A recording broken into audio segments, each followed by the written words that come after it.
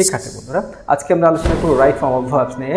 Honours 7 college ফাজিল degree সকল শ্রেণীর জন্য, বিশেষ করে 2024 সালে যেসব শিক্ষার্থী বন্ধুরা অনার্স কম্পালসারি ইংলিশের জন্য চিন্তিত তাদের জন্য আজকের আমাদের এই আয়োজনটি। শিক্ষার্থী বন্ধুরা, আমরা আমাদের এই ইংলিশ অ্যাডভাইস পরিবারের পক্ষ থেকে লাস্ট 5 ইয়ার্সের গ্রামারগুলো সলভ করব, যেগুলো গত 5 বছর বিভিন্ন ন্যাশনাল ইউনিভার্সিটির পরীক্ষায় এসেছে। এই প্রশ্নগুলো নিয়ে আমরা আলোচনা করব, বিস্তারিত বোঝার চেষ্টা করব প্রশ্নগুলো কেন, কিভাবে উত্তর আমরা করতে পারি, এবং রাইটিং, রিডিং, গ্রামার প্রতিটি পার্টের আলোচনা থাকবে আমাদের এই ইংলিশ অ্যাডভাইস পরিবারে। তো শিক্ষার্থী বন্ধুরা ফলো করে আমাদের সাথে থাকবে। 2022 থেকে যে প্রশ্নগুলো এসেছে আমরা ধারাবাহিক যদি উল্লেখ করি, রাইট ফর্ম ভার্বসে if you had called me I help you. 2022 প্রশ্নটি এসেছিল the lion call the beast of prey, she talked as if she know everything. So এই গ্রামারগুলো কারেক্ট আনসার কি হবে আমরা জানি। There are 5 forms of a verb. একটি ভার্বের 5টি ফর্ম হয়। যেমন আমরা যদি বলি গো, এস বাই এস যুক্ত হলে সেটা হবে গোস। পাস্ট ফর্ম হবে ওয়েন্ট, পাস্ট পার্টিসিপল হবে গান, প্রেজেন্ট পার্টিসিপল হবে গোয়িং। প্রতিটি ভার্ব এভাবে জাস্ট 5টি রূপ ধারণ করতে পারে। সো এই 5টি রূপের মধ্যে এখানে হেল্পটি কোন ফর্মে আসবে সেটি হচ্ছে right form of verbs.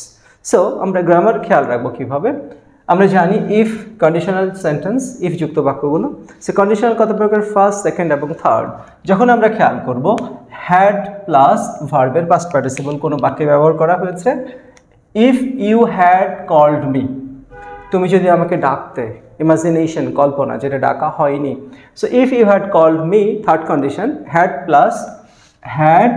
Plus সাথে একটি ভার্বের পাস্ট পার্টিসিপল থাকলে সেটি থার্ড কন্ডিশন আমাদের মাথায় রাখতে হবে। সো সেই ক্ষেত্রে যেটি হবে সাবজেক্টের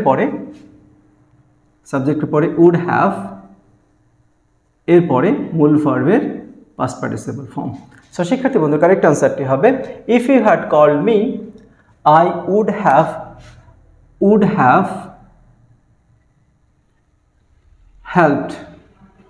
কেন হয়েছে? কারণ এটি থার্ড কন্ডিশন, সেই জন্য। Number B, the lion called the beast of prey. Lion called. So শিক্ষার্থী বন্ধুরা এখানে বাক্যের সাবজেক্ট হচ্ছে লায়ন, বাট এখানে যে বলার কথাটা বলা হয়েছে ভার্বটি, এটা ডুই সাবজেক্ট, অর্থাৎ এই সাবজেক্টটি নিজে কাজ করছে না। সিংহ কাউকে কিছু বলে না, বরং সিংহকে বলা হয়। সো এটি প্যাসিভ ভার্বে রূপান্তরিত হবে। সেই ক্ষেত্রে যেটি আনসারটি হবে the lion is called the best of prey.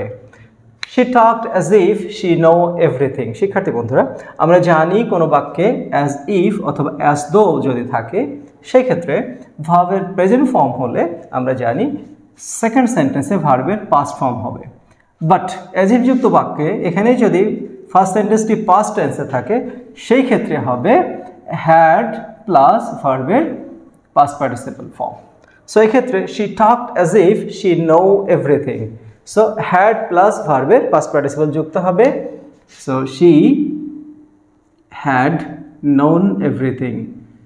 She talked as if she had known everything. আমরা আবার খেয়াল করব কোনো বাক্যে অ্যাজ ইফ অথবা অ্যাজ দো থাকলে সেই ক্ষেত্রে প্রথম সেন্টেন্সটি যদি প্রেজেন্ট ফর্ম হয় সেক্ষেত্রে শুধু পাস্ট টেন্সে রূপান্তর করতে হবে সেকেন্ড বাক্যটি, কিন্তু প্রথম বাক্যটি যদি পাস্ট টেন্সে থাকে সেক্ষেত্রে হ্যাড প্লাস ভার্বের পাস্ট পার্টিসিপল তথা পাস্ট পারফেক্ট টেন্সে আমরা রূপান্তর করব। It is high time. আমরা জানি যে কাজটি আগে করা উচিত ছিল, করা হয়নি কোনো কারণে, সেই ক্ষেত্রে it is time, it is high time থাকবে, এবং সেই ক্ষেত্রে সবসময় ভার্বের কোন ফর্ম হবে? Past form. So it is time or high time we changed our habit. আনসারটি হচ্ছে চেঞ্জড আওয়ার হ্যাবিট। শিক্ষার্থী বন্ধুরা আমরা 2023 সালে যে পরীক্ষাটি হয়েছিল তার আগেও আমরা সেম একইভাবে আমাদের ইংলিশ অ্যাডভাইস পরিবার পক্ষ থেকে ক্লাসগুলোর আয়োজন করেছিলাম। লাস্ট 5 ইয়ার্সের প্রশ্নগুলো আলোচনা শুরু করেছি আমরা, তারপরে তার ডিটেল ডিসকাশন করেছি, এরপরে রিডিং এবং গ্রামার নিয়ে কথা বলেছি, এবং আমাদের শিক্ষার্থী বন্ধুদের অনেকের ভালো রিয়াকশন আমরা পেয়েছি। সেই ধারাবাহিকতায় 2024 সালের জন্য যে পরীক্ষাটি অনুষ্ঠিত হবে আমরা একইভাবে আলোচনা করব। আমাদের সাথে থেকে ক্লাসগুলো তোমরা উপভোগ করবে আশা করছি। Number E, the criminal hang for murder. The criminal hang for murder.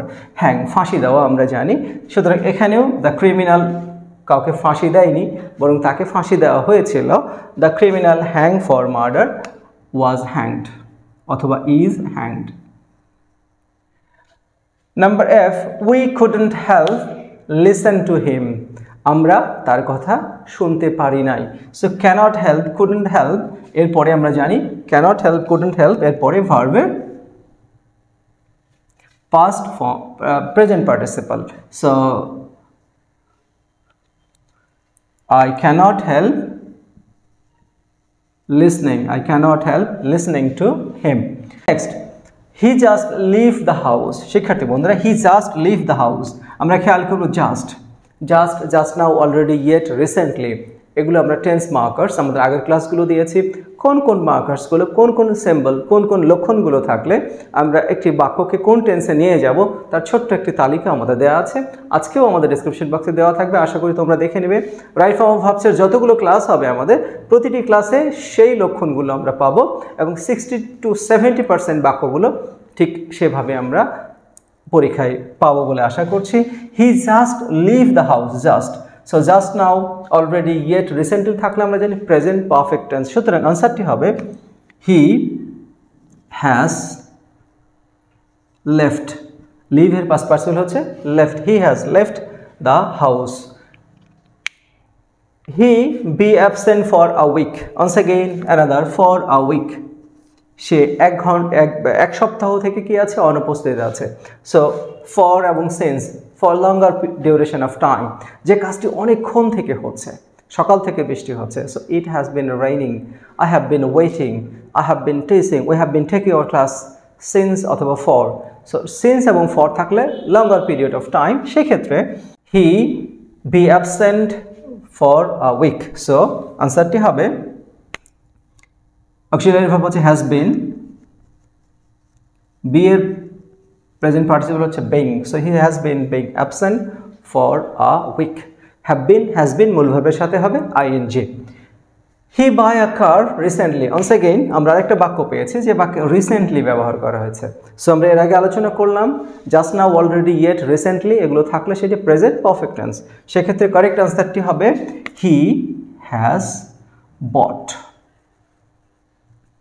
Next, had I gone to Kuakata, I enjoy the beauty. Had I gone Kuakata, so had I gone, শিক্ষার্থী বন্ধুরা কোনো বাক্যে had I gone Kuakata, আমি যদি কুয়াকাটায় যেতাম, so এটি third condition, যেমন আমরা বলি if I had gone বা if I had visited, ঠিক একইভাবে had দিয়ে শুরু হয়েছে।